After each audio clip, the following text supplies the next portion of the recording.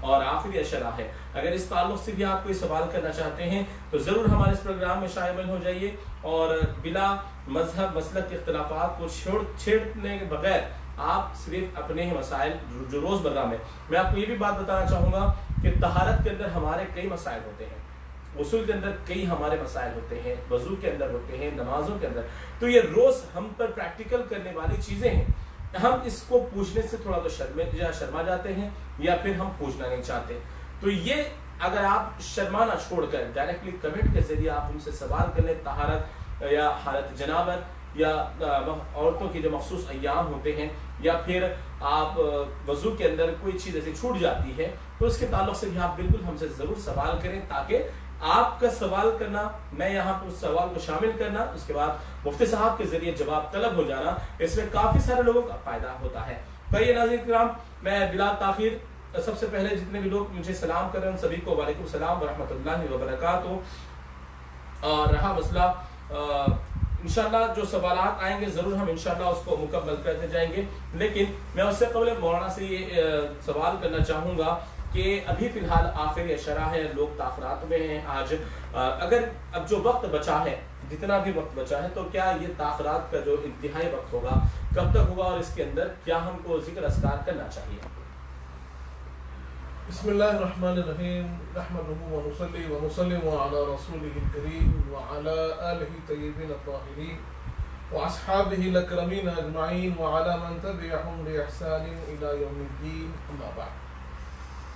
برادران عزیز، یقیناً آخر عشرہ یہ رمضان کی بہت سی برکتوں کو اپنے درمیان سمیٹے رہتا ہے، اور ان برکتوں میں سب سے بڑی برکت جو اللہ تبارک و تعالیٰ نے ہمیں عطا فرمائی ہے وہ شب قدر ہے۔ قرآن مجید میں اس رات کی عظمت کو بتانے کے لیے اور اس کی اہمیت کو سمجھانے کے لیے اللہ تبارک و تعالیٰ نے ایک مستقل سورت کو نازل فرمایا ہے، جس کو ہم سورہ قدر سے جانتے ہیں۔ اللہ تعالیٰ نے فرمایا ہے انا انزلناہ فی لیلۃ القدر وما ادراک ما لیلۃ القدر لیلۃ القدر خیر من الف شہر۔ اللہ نے فرما دیا کہ یقیناً ہم نے قرآن مجید کو لیلۃ القدر میں اتارا ہے، اور آگے ارشاد ہوا کہ کیا آپ جانتے ہیں لیلۃ القدر کیا ہے؟ پھر اللہ خود فرماتا ہے لیلۃ القدر خیر من الف شہر، کہ یہ رات 1000 مہینوں سے بہتر ہے۔ اس کا مطلب کیا ہے؟ جب آپ اس کی تفسیر پڑھتے ہیں تو معلوم ہوگا کہ 1000 مہینوں سے بہتر کس لحاظ سے ہے، یعنی ایک رات آدمی، یعنی 12 گھنٹے کا جو وقت گزرتا ہے، اگر وہ ایک رات بندہ مومن اپنے رب کی عبادت کرتا ہے تو پروردگار عالم اسے 1000 مہینوں سے زیادہ عبادت کا ثواب عطا فرماتا ہے۔ اس بات کو سمجھیے کہ ہماری زندگی بھی 1000 مہینے نہیں ہو سکتی، اگر آپ اس کو سال میں کنورٹ کریں گے تو 83 سال ہوتے ہیں 1000 مہینے، تو 83 برس کی عبادت کا آپ کو ثواب ملتا ہے ایک رات عبادت کرنے سے۔ اب شب قدر کون ہے، کون سی تاریخ کو شب قدر ہے، اس بارے میں احادیث کریمہ مختلف آئی ہیں، اور حضور پاک صلی اللہ علیہ وسلم نے ارشاد فرمایا کہ اللہ تبارک و تعالیٰ نے شب قدر آخر عشرے میں رکھا، رمضان کے آخر عشرے میں شب قدر رکھا، اس کے بعد اس کو اور خاص کیا گیا، اور ارشاد ہوا، حضور پاک نے ارشاد فرمایا کہ اللہ تبارک تعالیٰ نے شب قدر کو آخر عشرے کی تاخراتوں میں رکھا ہے، اس میں تم اسے تلاش کرو۔ اب برادران عزیز، یہ دو باتیں تو بالکل یقینی ہے کہ آخر عشرے کی تاخراتوں میں شب قدر ہے، یعنی 5 راتیں، 21ویں شب، 23ویں شب، 25ویں شب، 27ویں شب اور 29ویں شب۔ اب آپ سوچئے 5 راتیں، اگر آدمی اپنی زندگی کی 5 راتیں، ہر سال کی 5 راتیں اگر وہ اللہ کی راہ میں لگا دیتا ہے تو حضور پاک کے فرمان کریم کے مطابق اسے شب قدر حاصل ہو جاتی ہے، اور اگر شب قدر جسے مل جائے، سوچئے کہ اسے 83 برس 1000 مہینوں کی عبادت کا ثواب ملتا ہے۔ تو آپ کو چاہیے کہ 5 راتوں کا اہتمام کریں، اور اس کے اندر یقیناً کچھ روایتیں ایسی ہیں کہ ان 5 راتوں میں بھی خصوصیت کی حامل ہے، اس کے لیے 27ویں شب جو ہمارے پاس اہتمام ہوتا ہے اس کے لیے حضرت ابی بن کعب رضی اللہ عنہ صحابی رسول ہے، آپ فرماتے ہیں خدا کی قسم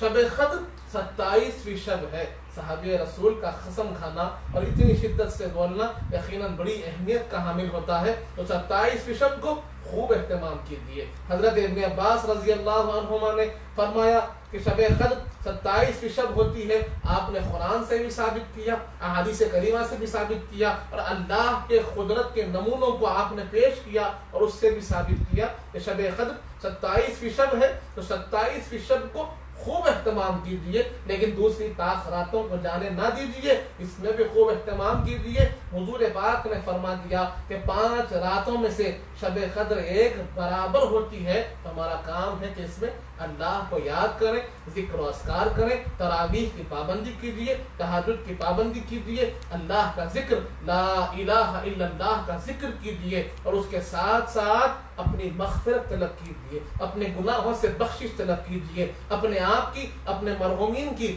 دوزخ سے نجات کی طلب کیجیے، اور آج اس دور میں اس بیماری سے چھٹکارے کی طلب کیجیے، یہ ضروری ہے، اور اپنے آپ کو اللہ کے عبادت میں مصروف کریے، اس وقت کو جانے نہ دیجیے، معلوم نہیں پھر یہ سال ہم کو ملے نہ ملے، یہ گھڑیاں ہم کو ملے نہ ملے، پھر یہ رمضان ہم کو حاصل ہو نہ ہو، اس لیے ضرور بضرور ان راتوں کی بڑی قدر کیجیے۔ جی جزاک اللہ خیر۔ جس طرح مفتی صاحب نے آپ تمام سے یہ مخاطب کیا ہے کہ کس طرح تمام راتوں کو گزارنا چاہیے، اس کو غنیمت جاننا چاہیے، کیونکہ کل ہی کا دن لے لے اور آج کا دن لے لے، 24 گھنٹوں کے اندر ہم نے کئی ایسے انتقال کی خبریں سنی ہیں، کئی اپنے خاندانوں کے، دوست احباب کے، گھر والوں کے کئی ایسے افراد ہم سے اس 24 گھنٹوں کے دوران اس دنیا پانی سے پوچھ کر گئے ہیں، تو پتہ نہیں آنے والے اگلے 24 گھنٹے یا 1 گھنٹہ کبھی بھی کچھ بھی ہمارے اپنے ساتھ بھی ہو سکتا ہے، تو جتنا ہو سکتا ہم خیر کا کام کرنا چاہیے، اس کو غنیمت سمجھنا چاہیے۔ آئیے سوالات کی شروعات کرتے ہیں اس پروگرام کے اندر۔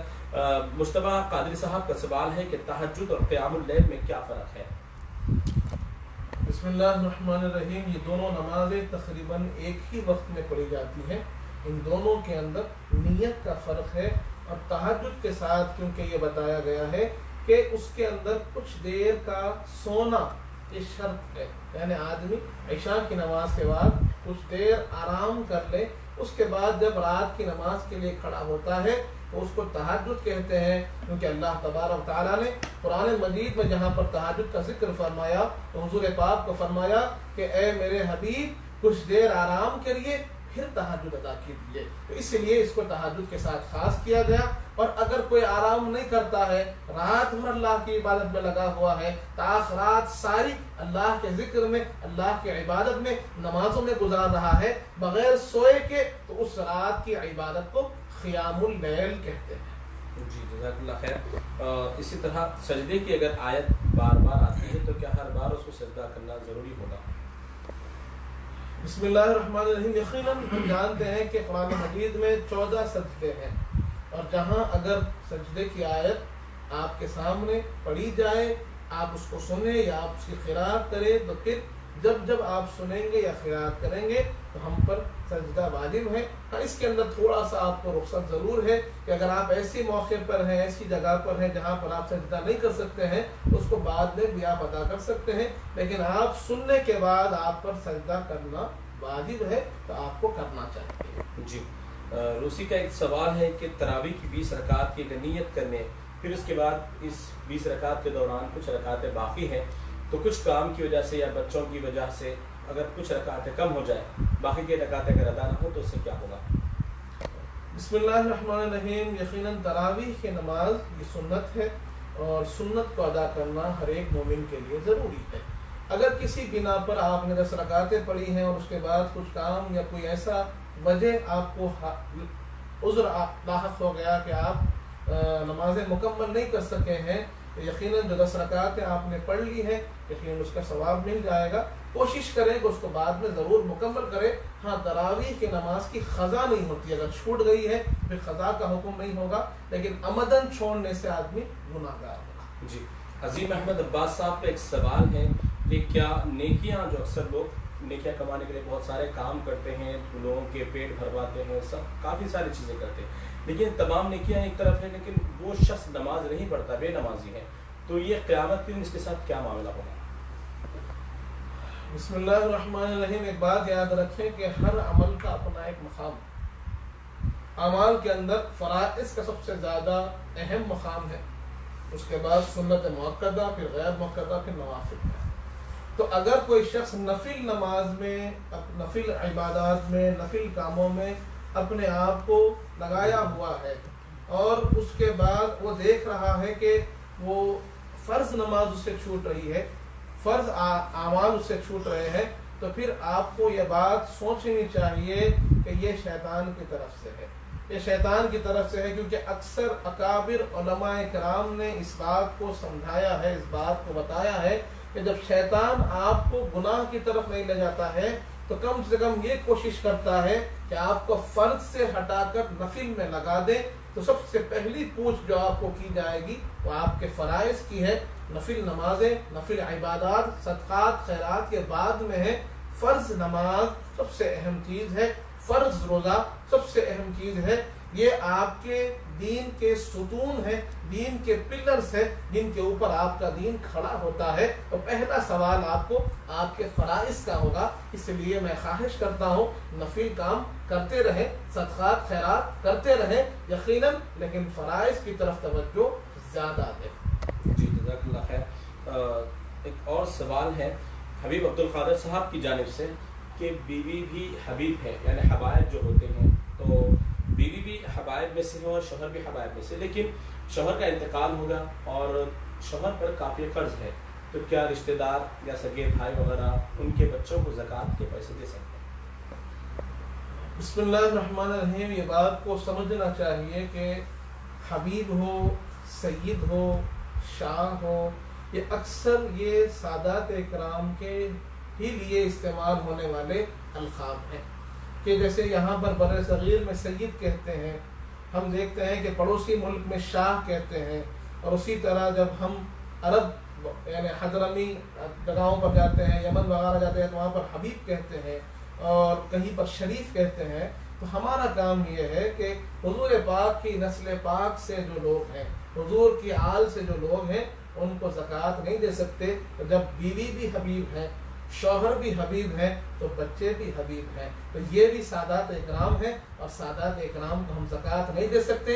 اگر آپ ان کی کچھ خدمت کرنا چاہتے ہیں تو اپنے صاف پیسے سے کریں. یہ آل رسول ہیں، ان کو زکوٰۃ اپنے مال کا میل نہیں دے سکتے. ان کی خدمت صاف پیسوں سے کرنی چاہیے.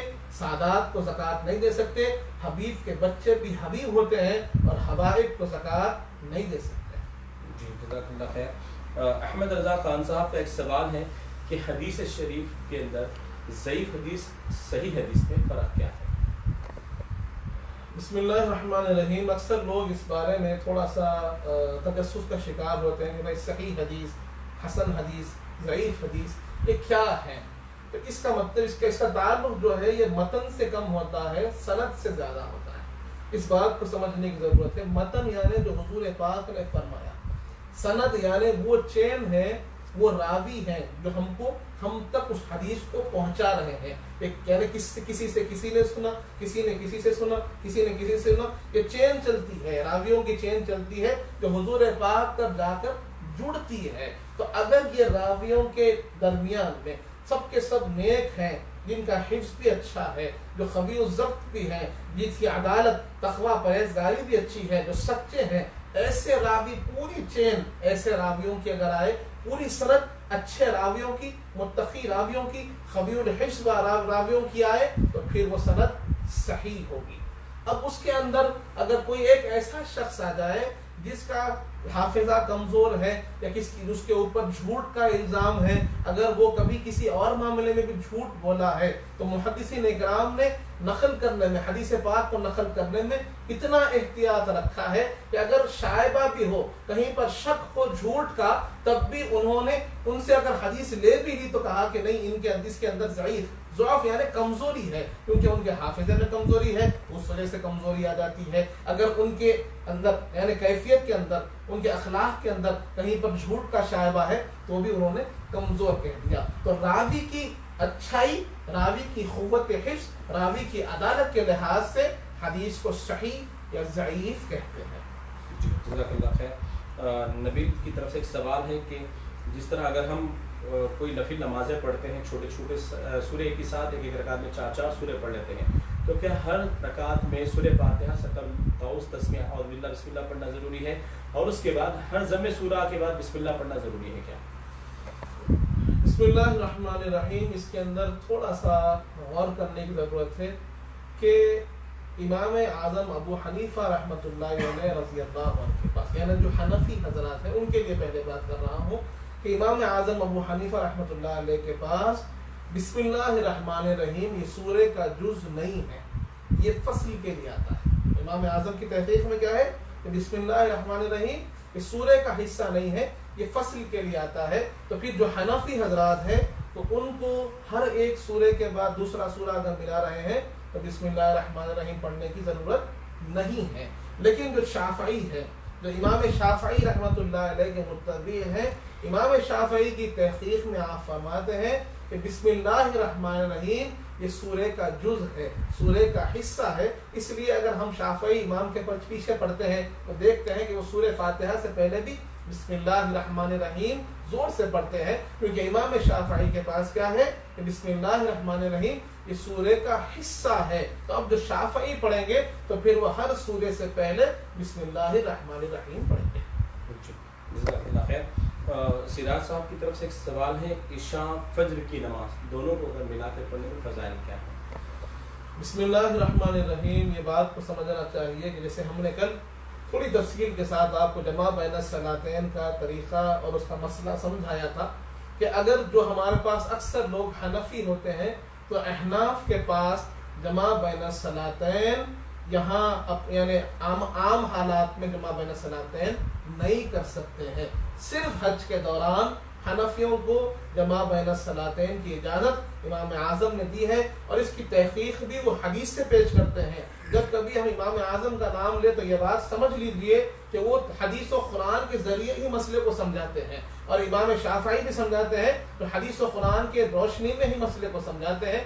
کوئی اب نیا دین نیا مسلک انہوں نے نہیں اختیار کیا، یہ بات کو سمجھنے کی ضرورت ہے۔ تو آپ یاد رکھیں کہ اگر آپ حنفی ہیں اور امام اعظم ابو حنیفہ کے متبع اور پیروکار ہیں، ان کی تحقیق کو مان کر چلتے ہیں، تو یہ بات سمجھ لیجئے کہ حنفیوں کے پاس جمع بین الصلاتین کی عام حالات میں کوئی اجازت نہیں ہے۔ آپ جمع بین الصلاتین نہیں کر سکتے ہیں، اپنی اپنی وقت میں آپ کو نماز پڑھنی ہوگی۔ اب رہی بات جو شافعی حضرات ہیں، حنبلی حضرات ہیں، ان کے پاس اجازت ہے کہ وہ جمع بین الصلاتین کر سکتے ہیں، کسی عذر کی بنا پر کرنا چاہیے، یہ بہتر ہے۔ اب لیکن کون سی نماز جمع ہو سکتی ہے؟ میں نے کل عرض کیا تھا کہ ظہر اور عصر، مغرب اور عشاء، بس یہ 4 نمازیں جمع ہو سکتی ہیں۔ فجر اور عشاء جمع نہیں ہو سکتی، اسی طرح عصر اور مغرب جمع نہیں ہو سکتی۔ کون سی نمازیں جمع ہو سکتی ہیں؟ کہاں پر؟ شافعی اور حنبلی مسلک میں یہ مسئلہ ہے، اس کی اجازت ہے۔ کون سی نمازیں؟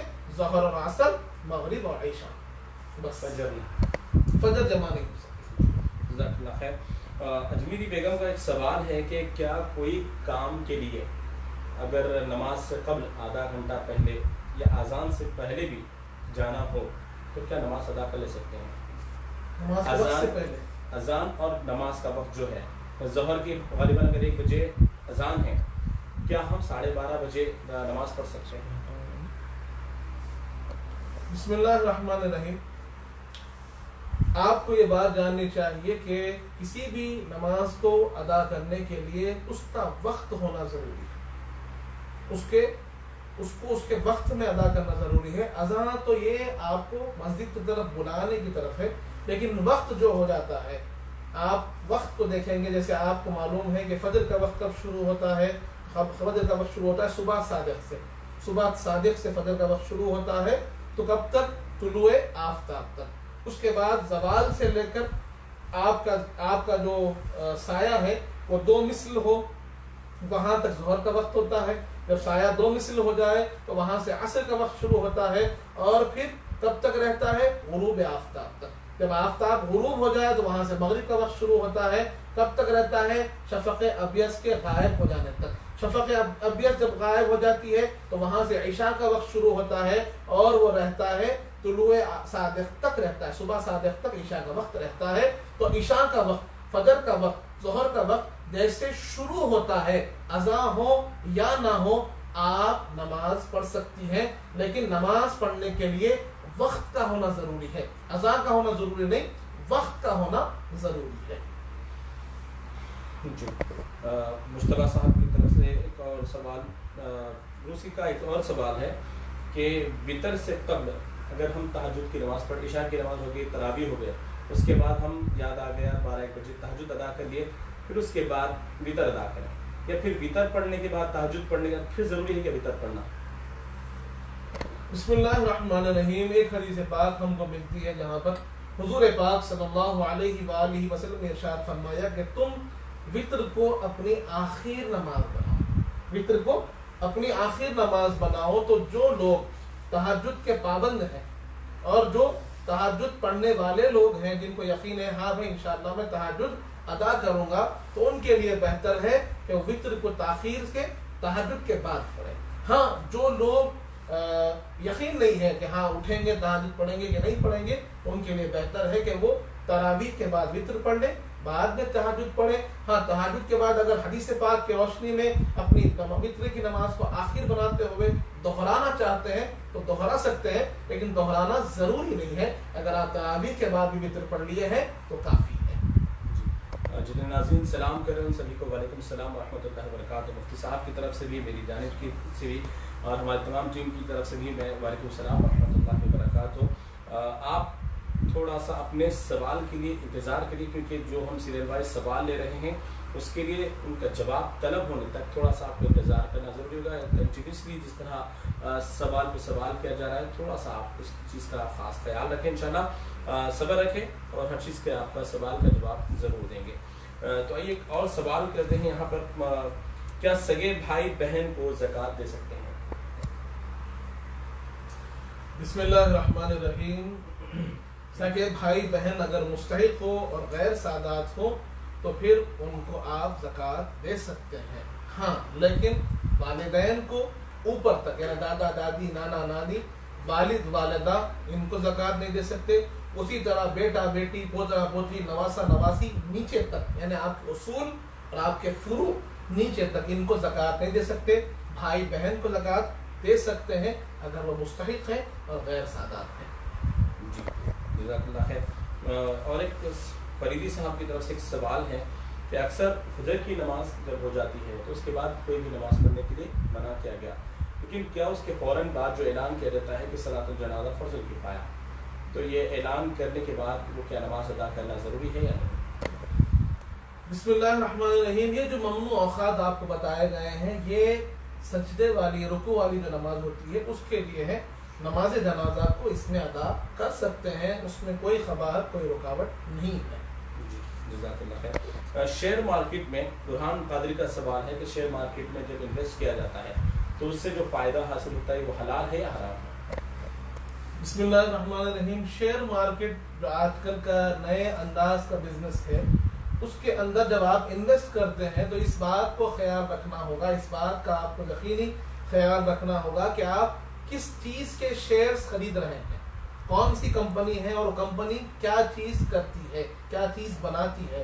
اگر اس کے کام، اگر اس کے پروڈکٹس حلال ہیں تو آپ اس کے شیئرز خرید سکتے ہیں اور اس سے جو فائدہ آتا ہے وہ حلال ہوتا ہے. لیکن خدا نخواستہ ایسی کمپنی ہے جو شراب بناتی ہے یا پھر کوئی ایسے حرام کاموں میں اپنے آپ کو مبتلا رکھی ہے جو چیزیں آپ کو شریعت میں ان کا استعمال کرنا جائز نہیں ہے، تو پھر ویسے کمپنیز کے شیئرز بھی خریدنا جائز نہیں ہے. تو حلال کام والے جیسے سیمنٹ ہے یا پھر لوہا ہے یا پھر الیکٹرانکس ہے، ایسے جو کمپنیز ہے جو حلال ہے جس کے اشیاء کا استعمال کرنا، تو ویسوں کے شیئرز بھی خریدنا حلال ہے، اس سے فائدہ حاصل کرنا بھی حلال ہے. لیکن شراب وغیرہ جیسے کمپنیز ہے اور ان کے شیئرز کا خریدنا ناجائز ہے.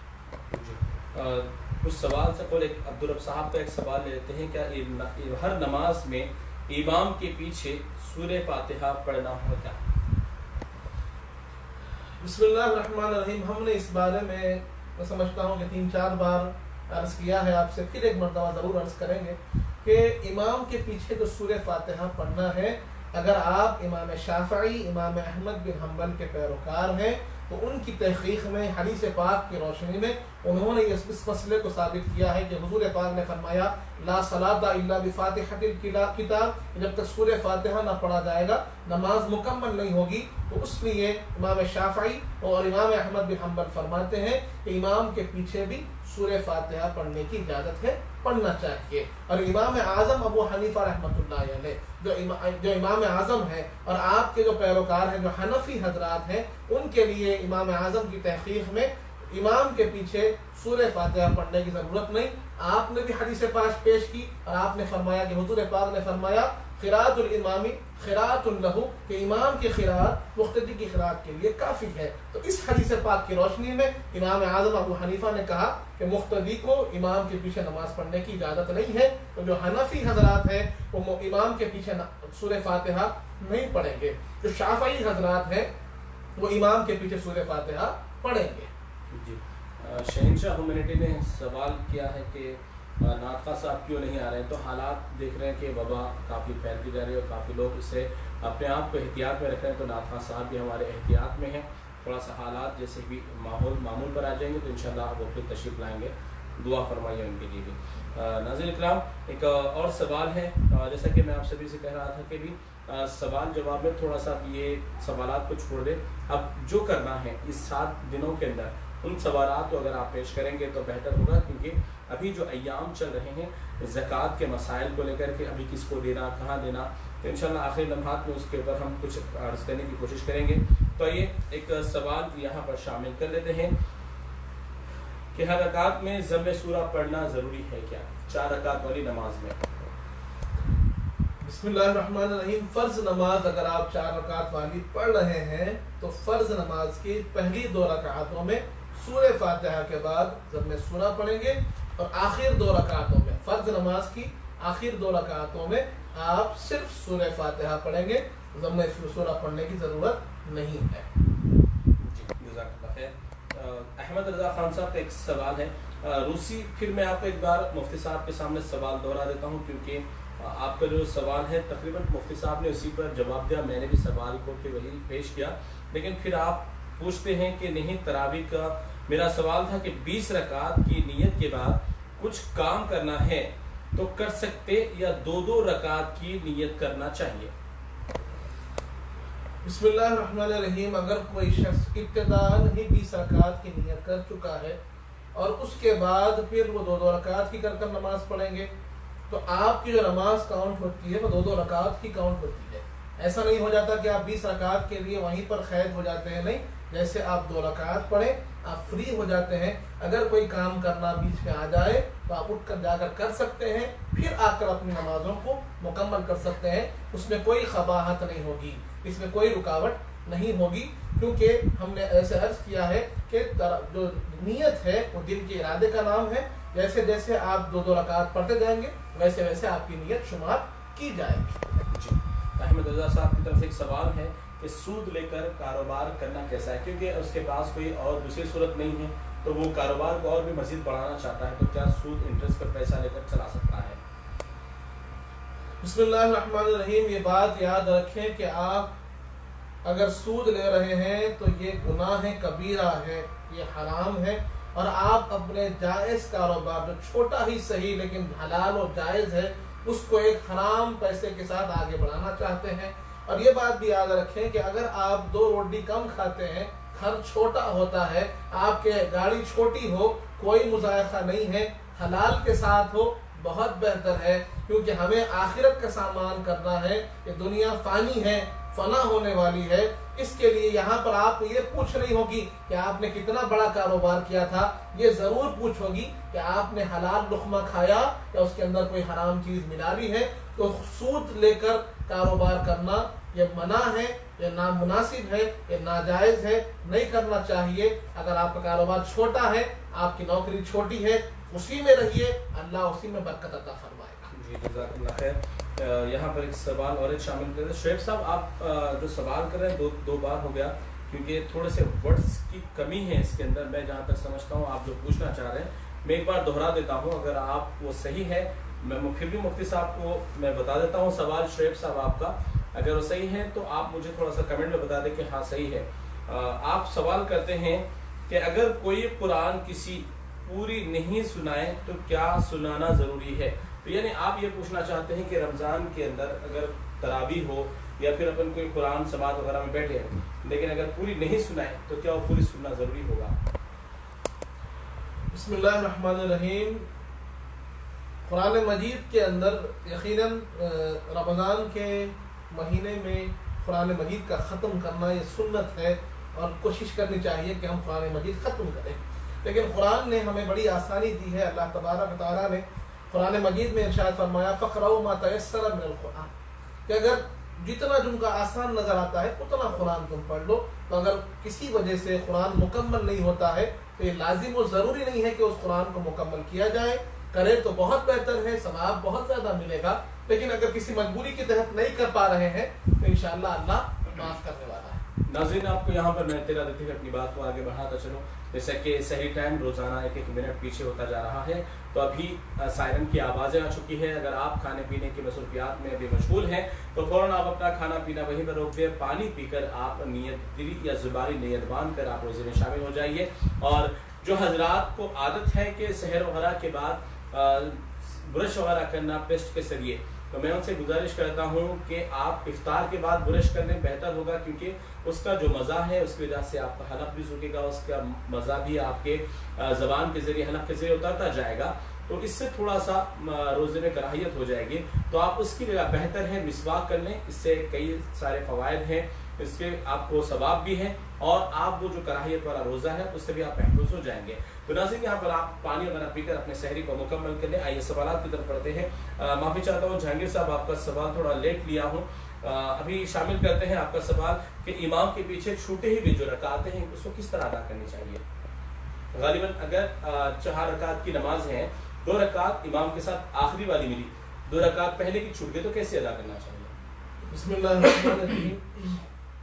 جب ہم امام کے پیچھے نماز پڑھتے ہیں، 2 رکعتیں اگر ہم کو امام کے پیچھے مل گئی تو وہ 2 رکعتیں جو باقی ہیں اس کو ادا کرنے کا طریقہ ایسے ہوگا کہ آپ جب اٹھیں گے تو ثنا پڑھیں گے، اس کے بعد سورہ فاتحہ پڑھیں گے، پھر ضم سورہ پڑھیں گے۔ تو قرات کے لحاظ سے وہ آپ کی پہلی رکعت کی طرح آپ قرات کریں گے اس میں، اور پڑھنے کے لحاظ سے وہ آپ کی تیسری رکعت ہوگی، جیسے ہم سجدے میں جائیں گے 2 سجدے کریں گے اور اٹھ کے پھر چوتھی رکعت کے لیے کھڑے ہو جائیں گے۔ پھر قرات کے لحاظ سے یہ دوسری رکعت ہے، تو آپ اس کے اندر پھر سورہ فاتحہ اور ضم سورہ پڑھیں گے، جو 2 رکعتیں ہیں پہلی دوسری چھوٹی ہوئی تھی، اس کو بعد پھر ہم کیا کریں گے، رکوع کریں گے، پھر اٹھیں گے، سجدے میں جائیں گے، اور آخر میں ہمارا جو قاعدہ ہوگا یہ قاعدہ اخیرہ ہوگا، ہم تشہد بھی پڑھیں گے، اس کے ساتھ درود ابراہیم بھی پڑھیں گے اور دعائے معصورہ پڑھ کر سلام پھیر لیں گے۔ جزاک اللہ خیر۔ ایک نشاط نور نے سوال کیا ہے کہ سسٹر ان لا کی خدمت کرنا کہاں تک ہمیں درست ہے، کہاں تک اس کا ثواب ہے یا جائز ہے یا پھر ہم پر فرض نہیں ہے؟ دوسری چیز انہوں نے یہ سوال یہی کیا ہے کہ وہ معذور بھی ہیں، وہ اپنے خود سے خدمت نہیں کر سکتی، اسی لیے ان کی خدمت کرنا کیسا، یہاں تک کہ ہسبینڈ کی خدمت بھی کرنا اس پر کہاں تک درست ہوگا؟ بسم اللہ الرحمن الرحیم۔ اگر انسان کی خدمت کی جائے تو یہ بہت بڑا ثواب ہے۔ اب اس یہاں پر پھر رشتہ داری بھی ہے، ہمارے جو ہے رشتے میں جو بھی قرابت داری ہوتی ہے وہاں پر ان کے حقوق ضرور ہم پر ہوتے ہیں، تو یقیناً ان کے ساتھ حسن سلوک کرنا، ان کی مدد کرنا، ان کی خدمت کرنا، اللہ اس کا بہت بڑا اجر دے گا۔ ہاں جیسے آپ نے کہا کہ فرض اور واجب تو نہیں ہے، لیکن خدمت کرنا یہ بڑا مستحب اور مستحسن کام ہے، اور اگر معذور ہے ان کی خدمت کر رہے ہیں تو بہت اچھی بات ہے، خدمت کرنی چاہیے۔ ہاں البتہ شوہر کی جو خدمت ہے یقیناً وہ بیوی پر شوہر کی اطاعت اور اس کی خدمت واجب ہے، کرنی چاہیے، بہت بہتر۔ جی جزاک اللہ خیر۔ قمر فریدی صاحب کا ایک سوال ہے کہ احتلام کی حالت میں سحر کرنا کیسا، یا سحر کر کے غسل لینا چاہیے یا غسل کر کے سحر کرنا چاہیے؟ بسم اللہ الرحمن الرحیم۔ اگر کسی پر غسل واجب ہو جاتا ہے، سحر کا وقت شروع ہو گیا ہے، تو وہ سحری کھا کر بھی غسل کر سکتا ہے۔ اس حالت میں سحری کھانے سے یا روزے کے شروع ہو جانے سے روزے میں کوئی فرق نہیں آئے گا۔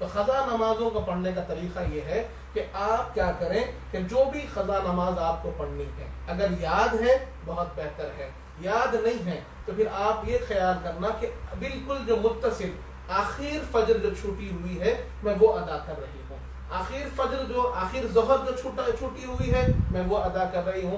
اس طریقے سے آپ ہر آخر ظہر کو آپ پڑھتے جائیں گی تو جو آخر ہے وہ ادا ہو گئی، اس کے بعد والی وہ آخری بن جاتی ہے۔ اس طریقے سے آپ کی نیت مکمل ہو جائے گی۔ فجر کے 2 رکعت، ظہر کے 4، عصر کے 4، مغرب کے 3 اور عشاء کے 4، اس طریقے سے آپ قضا نمازیں ادا کریں گے۔ جی ایک سوال ہے سلمان خان کی طرف سے کہ اہم سوال ہے، کیونکہ آج کے حالات کے حساب سے کافی لوگ دور دراز دیگر ممالک میں جا کر اپنی روزمرہ کی زندگی گزارتے ہیں، اس دوران انہیں 2-3 سال گزر جاتے ہیں، تو کیا شادی شدہ شخص اپنی بیوی سے کتنے وقت دور رہ سکتا ہے؟ اور اس حالات کے دوران تب کہ جب بیوی بارہا اسے اپنی طرف راغب بھی کرتی ہے، یعنی چلے آنے کے لیے بھی بلاتی ہے، تو کیا اس دوران اگر شوہر نہیں آتا حالات کے حساب سے تو کیا اس کے اندر مسائل پیدا ہوں گے؟ بسم اللہ الرحمن الرحیم، بڑا ہی یقیناً اہم سوال ہے کہ حالات ایسے کبھی بن جاتے ہیں کہ آدمی کو اپنے گھر سے دور رہنا پڑتا ہے اور حقوق زوجین اور حقوق زوج جو ادا کرنے ہیں وہ ادا نہیں کر پاتا ہے۔ تو اس بات کو سمجھنا چاہیے کہ یہ ہم پر فرض ہے کہ ہم جس کو اپنے گھر میں جس کی ذمہ داری لے کر آئے ہیں اس کے تمام حقوق کو ادا کریں، اور اگر ہم کسی کے حق کی خاطر یعنی طلب معاش کی خاطر، پیسے کمانے کی خاطر جو ہمارے دیگر دوسرے فرائض ہیں اس سے ہم جدا ہو رہے ہیں تو ویسا کمانا، ویسے پیسے ہمارے لیے فائدہ بخش نہیں ہے۔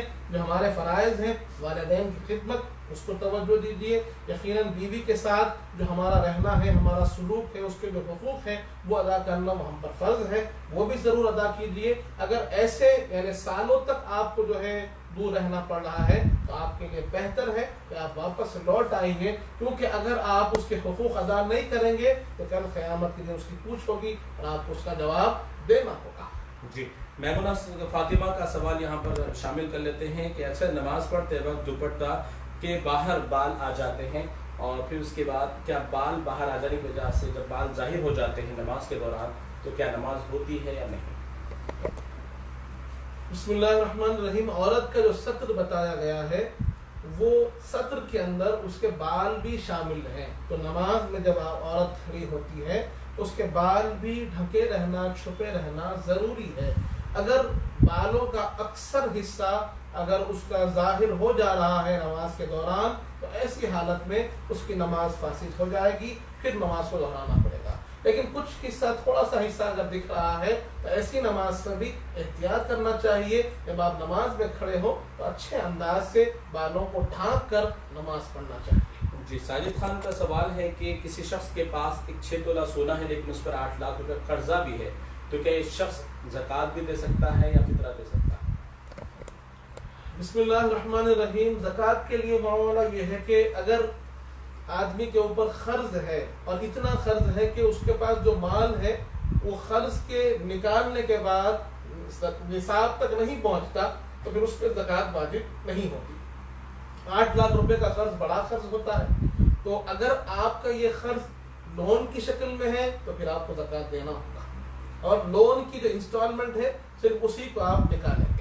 ہاں 8 لاکھ آپ نے کسی سے بطور قرض ہینڈ لون لیا ہے اور آپ کو ادا کرنا ہے اسی سال، تو پھر وہ 8 لاکھ پہلے ادا کریں گے، اس کے بعد دیکھیں گے کہ اگر آپ کے پاس پیسے بچے ہیں پھر 6 تولے سونے یا اس کے اتنا کیش ہے تب آپ پر زکوٰۃ واجب ہوگی۔ لیکن اگر آپ کا قرض بڑا اور سونا تھوڑا ہے تو پھر زکوٰۃ آپ پر واجب نہیں ہوگی۔ اسی طرح فطرے کا بھی حکم ہوگا۔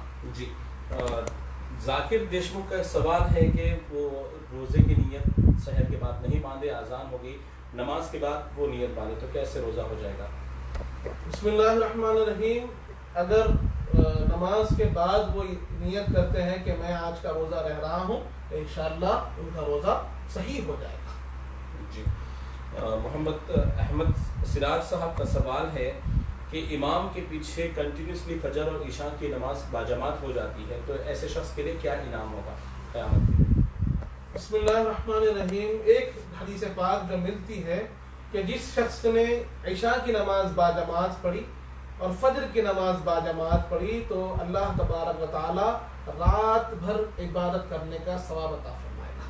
کہ عشاء باجماعت پڑھے امام کے پیچھے، اس کے بعد اگر آپ آرام بھی کر لیے تھوڑی دیر کوئی بات نہیں، پھر فجر کے وقت اٹھے الحمدللہ اور جا کر فجر کی نماز باجماعت پڑھیں تو اللہ کا فضل و کرم ایسے نازل ہوگا کہ رات بھر جو آپ نے آرام بھی کیا ہے اس کو بھی اللہ عبادت میں شامل کر کر ساری رات عبادت کا ثواب عطا فرمائے گا. جزاک اللہ خیر. سید شریف صاحب ایک سوال کرتے ہیں کہ اگر ہم کوئی اماؤنٹ کسی چیز کے لیے رکھ دیتے ہیں مگر 1 سال اس پر گزر جائے وہ چیز ابھی نہیں خرید پائے تو کیا اس پر بھی زکوٰۃ ادا کرنا چاہیے؟ بسم اللہ الرحمن الرحیم. جو مال آپ کی ملکیت میں ہوتا ہے، جو آپ کے قبضے میں مال ہوتا ہے، اگرچہ کہ آپ نے کسی اور نیت کے لیے رکھا ہوگا لیکن مال آپ کے قبضے میں ہے، 1 سال گزر گیا ہے، نصاب کی حد تک مال ہے تو اس پر آپ کو زکوٰۃ نکالنی ہوگی.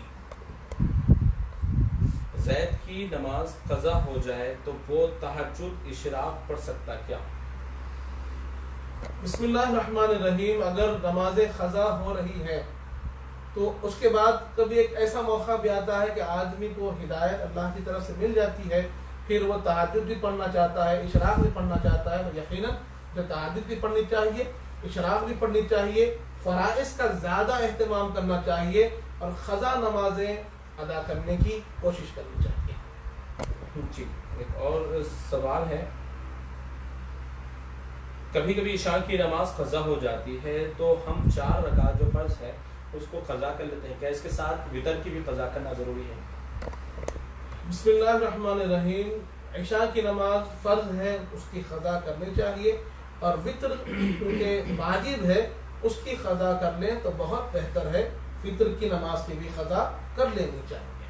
جی یہ اعتکاف بیٹھنا فرض ہے یا ضروری ہے؟ اعتکاف جو بیٹھا جاتا ہے یہ سنت مؤکدہ ہے، یہ حضور پاک کی سنت کریمہ ہے. حضور پاک صلی اللہ علیہ وسلم رمضان کے آخر عشرے میں مسجد میں اعتکاف بیٹھا کرتے تھے. تو جو لوگ مسجد میں اعتکاف بیٹھتے ہیں ان کے لیے یہ اعتکاف بیٹھنا سنت ہے. جی احمد رضا خان صاحب کا سوال ہے کہ مسجد میں اعتکاف کے دوران رات کو احتلام ہو جائے تو کیا کرنا چاہیے، اور مسجد میں کن چیزوں سے اعتکاف ٹوٹ جاتا ہے، اور مسجد میں اعتکاف کے آداب بتائیں. بسم اللہ الرحمن الرحیم. یقیناً یہ جو سوال ہے تفصیل طلب سوال ہے کہ اعتکاف کے سارے آداب اور احکام انشاءاللہ ہم ایک دن کل یا پرسوں میں ضرور اس کو شامل کریں گے. ہماری تمہیدی کلمات میں ہم اس کو شامل کریں گے. ایک بات عرض کر دوں، جیسے جو سوال کیا گیا ہے کہ اگر مسجد میں حالت جنابت میں آ جائیں یا پھر حالت یعنی غسل ان پر واجب ہو جائے تو پھر ان کو چاہیے کہ وہ مسجد ہی میں اگر اہتمام ہے تو آ کر وہاں مسجد میں غسل کر لیں. ہاں کہ مسجد چھوٹی ہے اور وہاں پر اہتمام نہیں ہے، وہاں پر یعنی غسل کا انتظام نہیں ہے تو اپنے گھر آ کر بھی غسل کر کر واپس پھر اعتکاف میں جا سکتے ہیں. جی ظہیر النساء نے آج کے حساب سے بہت اہم سوال کیا، لیکن بہت پیچیدہ سوال نہیں کہہ سکتے اس کو. سوال یہ ہے کہ آج کل کورونا وبا کی وجہ سے کوئی حاملہ عورتیں ہیں تو ان کو ڈر ہے کہ وہ حمل کے دوران وہ خود کورونا سے متاثر ہو جائیں گے یا آنے والا کورونا سے متاثر ہو. اس ڈر سے وہ اپنے حمل گرا رہے ہیں، ابارشن کروا رہے ہیں. تو کیا ایسا کرنا گناہ ہے یا یہ حفاظت کے ذمہ میں آتا ہے؟ بسم اللہ الرحمن الرحیم. سب سے پہلی بات تو یہ ہے کہ اللہ کی ذات پر کامل بھروسہ رکھنا چاہیے. اللہ حافظ حفیظ ہے، وہی حفاظت کرنے والا، وہ حی اور قیوم ہے، وہی ہم کو حیات دینے والا ہے. تو یہ خیال اپنے دل سے نکال دیجئے، کیونکہ اللہ نے فرما دیا لا تقنطوا من رحمت اللہ، تم اللہ کی رحمت سے مایوس نہ ہو. اور یہ جو عمل، یہ جو سوال کیا گیا ہے کہ کورونا کی خوف سے حاملہ عورتیں اپنے حمل کو ساخت کر رہی ہیں، گرا رہی ہیں، یہ عمل غیر شرعی، نادرست اور ناجائز عمل ہے. ایسا عمل نہیں کرنا چاہیے. ہاں بلکہ احتیاط بڑھا دیجیے. اگر آپ کو خوف ہے بیماری کے لگنے کا تو آپ اپنے گھر والوں کو روکیے، اپنے جو رشتہ دار ہیں ان کو روکیے کہ وہ باہر نہ جائیں. ان کو خیال دلائیے کہ میں حاملہ ہوں، آپ میرا خیال کیجیے، باہر نہ جائیے. خود بھی احتیاط کیجیے، گھر والوں کو بھی احتیاط کی تلقین کیجیے. لیکن اس سے اگر ایک گناہ سے یعنی ایک عذاب سے بچنے کے لیے ایک آپ بیماری سے بچنے کی خاطر گناہ کبیرہ کے مرتکب ہو جائیں، یہ غلط بات ہے. حمل کا گرانا یہ بالکل غلط ہے، ناجائز غیر شرعی عمل ہے. اللہ ہماری حفاظت فرمائے. روسی جس طرح آپ نے سوال کیا کہ بچہ قرآن 15ویں پارے میں ہے اور کیا کہیں پر وہ 20واں پارہ پڑھ سکتا ہے، تو بالکل اگر اس کو پڑھنا آتا ہے تو 20واں بھی پڑھ سکتا ہے، 25واں بھی پڑھ سکتا ہے، اس میں کوئی ممانعت نہیں ہے. اور ایک صاحب آپ جو سوال کر رہے ہیں کیا روزے کی حالت میں واش روم وغیرہ صاف کر سکتے ہیں کیا؟ بسم اللہ الرحمن الرحیم. جی ہاں، روزے کی حالت میں اگر آپ کو صفائی کی ضرورت پڑ رہی ہے، وہاں پر نجاست پھیل چکی ہے، گندگی لگ چکی ہے اور صاف کرنا ہے، کر سکتے ہیں روزے میں، اس میں کوئی فرق نہیں آئے گا. جی ایک آخری سوال اس پروگرام کا شامل کرتے ہیں ناظرین، اس کے بعد ہم اس پروگرام کا اختتام کرتے ہیں. اختتام سے قبل ہم آپ کو کچھ اہم باتیں ضرور بتائیں گے، اس کے لیے تھوڑا سا انتظار کریے. جزاک اللہ خیر، آپ نے ہمارے ساتھ پورا 1 گھنٹہ وقفہ ہمارے ساتھ دیا ہے، تو کچھ 5 منٹ اور دے دیجیے. ایک سوال یہاں پر شامل کر لیتے ہیں آخری. یاسین سید صاحب کا ایک سوال ہے کہ حضرت عائشہ صدیقہ رضی اللہ تعالیٰ عنہا جان کا نکاح کون سی عمر میں ہوا تھا آپ صلی اللہ علیہ وسلم کے ساتھ؟ بسم اللہ الرحمن الرحیم. مورخین لکھتے ہیں کہ اما جان کا جو نکاح ہوا تھا حضور پاک کے ساتھ جب آپ کی عمر مبارک 6 برس تھی، لیکن وداعی نہیں ہوئی تھی. وداعی بعد میں ہوئی جب آپ بڑی ہوئی، 9 اور 10 برس کے درمیان آپ کی عمر مبارک تھی، تب وداعی ہوئی. لیکن نکاح جو طے پایا تھا وہ 6 برس کی عمر میں پایا تھا. نشاط نور کی طرف سے یعنی ان کی جو انہوں نے سسٹر لا کے بارے میں بتایا کہ وہ کافی جو معذور ہیں ان کے لیے کوئی بہتر وظیفہ بتائیں. بسم اللہ الرحمن الرحیم. یقیناً اگر معذور ہیں، تکلیف میں ہیں، جسے ہم نے بارہا عرض کیا ہے کہ سورہ فاتحہ کا ورد کیجیے، اس کے ساتھ یا شافی یا شفاء اللہ کا ورد کیجیے. یا شفاء اللہ، یا شفاء اللہ کا ورد کرنے سے اللہ ان کی تکلیف کو دور کرے اور اللہ ان کو شفاء کاملہ عطا فرمائے. جی جزاک اللہ خیر. تمام ناظرین بہت بہت شکریہ آپ سبھی کا کہ ہمارے ساتھ اس پروگرام میں جڑے رہیں. اگر کسی کا کچھ سوال چھوٹ جائے تو انشاءاللہ کل ہمارے ساتھ اس پروگرام میں ٹھیک اسی وقت پر شامل ہو جائیے. جیسے کہ ہم جسے لائیو آتے ہیں تو آپ کے پیج پر آپ کو نوٹیفیکیشن مل جاتا ہے. جیسے نوٹیفیکیشن مل جائے تو آپ اس پروگرام میں اپنا سوال لے کر شامل ہو جائیے.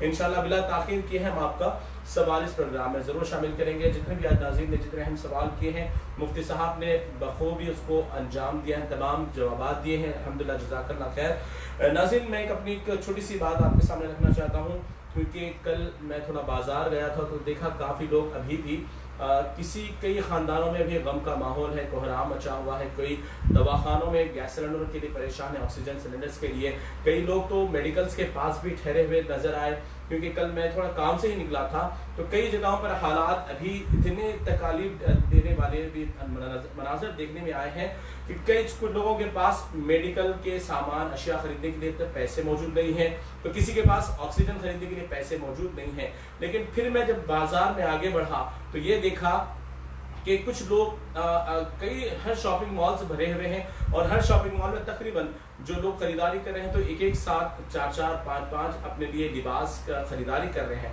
تو میں ان سبھی سے ایک ادباً گزارش کرتا ہوں کہ دیکھیے ہم اتنے زمانے سے کپڑے پہنتے آئے ہیں، ماشاءاللہ ہر عید اچھی ہوئی ہے، لیکن آج یہ حالات ایسے آئے ہیں کہ ہر کوئی فاقہ کشی کی حالت میں بھی ہے تقریباً لوگ، اور کوئی لوگ تو اپنی ضمیر کو زندہ رکھنے کے لیے، اپنی یعنی غیرت کو زندہ رکھنے کے لیے کسی کے سامنے ہاتھ نہیں پسارتے، نہیں پھیلاتے اور اپنی شرمندگی کے اندر ہی وہ دبے رہتے ہیں. اسی دبے رہنے میں وہ دم گھٹ کر اس دنیا سے فنا بھی ہو جاتے ہیں. لیکن ہمارے یہ لباس اور ہماری یہ تمام جتنے بھی خریداری ہے ایکسٹرا میں، یہ ہمارے کام نہیں آئے گی، بلکہ اگر کام آئے گی تو ان لوگوں کی مدد کے لیے ایسے میڈیکل شاپس کی طرف جائیے جہاں پر یا دواخانوں کی طرف آپ ایک بار رجوع ہو جائیں، تاکہ وہاں پر لوگ فائل سے لے کر پھر رہے ہیں، ان کے پاس میڈیکل میں دوائیں خریدنے کے لیے پیسے نہیں ہیں. اگر آپ انہی پیسوں سے اگر ان کی زندگی اگر بچاتے ہیں تو یقین جانیے اگر وہ انسان بچ جائے گا تو وہ بھی پھر کمائے گا، پھر اپنی آل اولاد کو پالے گا، پھر وہ بھی اپنی خوشیاں اپنی اولاد کو دکھائے گا. تو آپ ایک خریداری روک کر کسی ایک کی زندگی بچائیں گے تو اس سے کئی گھر چل سکتے ہیں. تو آپ اپنی زکوٰۃ سب سے پہلے اسی ٹائم نکالیے، دواخانوں کے پاس فوراً دیکھیے کہ کس کو کیا مسائل درپیش ہیں، کس کو کیا ضروری چیزوں کی ضرورت ہے، اور میڈیکل شاپس کی طرف دیکھیے، یا پھر جہاں پر اہل خیر حضرات ایسے کئی سوسائٹیز ہیں جہاں پر آکسیجن سلنڈرز فراہم کیے جا رہے ہیں، اور ایسے کئی جگہیں ہیں جہاں پر ابھی بھی کئی لوگوں گھروں میں اناج کی کمی ہے. تو آپ ایسے سوسائٹیز سے بھی رابطہ کریں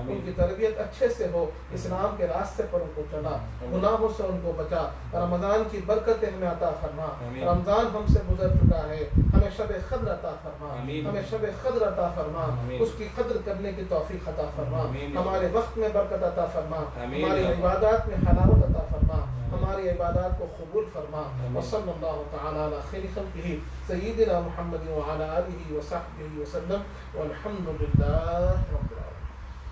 الحمدللہ, اللہ تعالیٰ تمام دعاؤں کو قبول فرمائے. تو ناظرین, جتنا ہو سکتا آپ اس سے کرونا وبا میں بچنے کی کوشش کریں, کیونکہ پھر میں آخر یہ میسیج دینا چاہوں گا کہ جس طرح بھی یہ افواہیں گشت کر رہی ہیں, یہ خبریں آ رہی ہیں کہ آنے والے وقت میں پھر تھرڈ ویو اسٹارٹ ہونے والا ہے, جس سے کچھ نوجوان نسلوں کو بھی نقصان ہو سکتا ہے, کمسین بچوں کو بھی اس سے نقصان ہو سکتا ہے. تو آپ ابھی سے اپنی اور اپنے گھر والوں کی حفاظت کریں تاکہ آئندہ کی زندگی بڑی خوشی اور خرم کے ساتھ جی سکیں. ناظرین, آپ تمام کا اس پروگرام میں شامل ہونے کے لیے میں بہت مشکور ہوں, اور بڑے محبتوں کے ساتھ میں مفتی صاحب کا بھی شکریہ ادا کرتا ہوں کہ آپ بڑی کافی مشکلوں کے سوالات کو بڑے آسانی کے ساتھ آپ حل فرما رہے ہیں. جزاک اللہ خیر, اللہ آپ کو سلامت رکھے. ناظرین, آپ تمام ناظرین کا بہت بہت شکریہ, جزاک اللہ خیر. انشاءاللہ زندگی بخیر رہے گی تو پھر ہوگی ملاقات. فی الحال مجھے دیجیے اجازت. السلام علیکم ورحمۃ اللہ وبرکاتہ.